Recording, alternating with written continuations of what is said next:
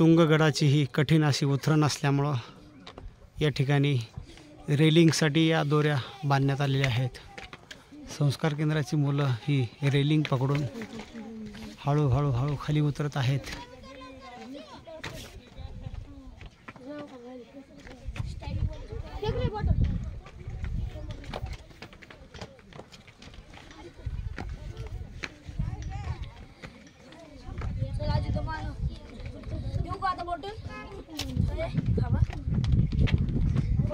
थरारक असा हा अनुभव, कातळामध्ये कोरलेल्या पायऱ्या,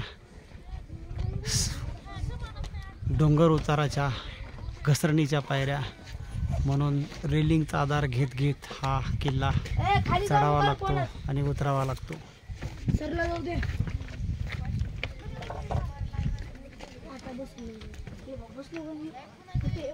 शिवरायांच्या पराक्रमाची साक्ष सर्व शिवप्रेमींना प्रेरणादायी असणारे हे गडकिल्ले जणू आपल्या पूर्वजांच्या पराक्रमाच्या खरोखरच प्रेरणादायी खाणाखुणा आहेत। अतिशय दैदिप्यमान आणि भावी पिढ्यांना प्रेरणादायी असा हा इतिहास पाषाणामध्ये आपल्या पूर्वजांनी कोरला आहे।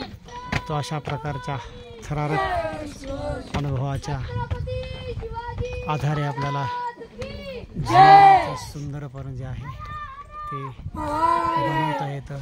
खरोखरच जीवन किती सुंदर आहे आणि ते जगून पाहिलं पाहिजे। आयुष्यामध्ये काहीतरी करून पाहिलं पाहिजे। ते करायचं असेल तर माझ्या राजासारखं करावं, राजासारखं जगावं, असा हा हिंदूंचा राजा, सर्वांना न्याय देणारा, गो ब्राह्मण प्रतिपालक, न्यायालंकार वेष्टित, गजपती, गणपती, भूपती असा हा श्रीमंत योगी जाणता राजा। शिवरायांचे कैसे बोलणे, शिवरायांचे कैसे चालणे, शिवरायांचे सलगी देणे कैसी असे। या भूमंडळाचे ठाई धर्मरक्षी ऐसा नाही, महाराष्ट्र धर्म राहिला काही तुम्हा कारणे। आधी ते ईशपण, दुजे ते राजकारण, तिजे ते सावधपण सर्व विषयी।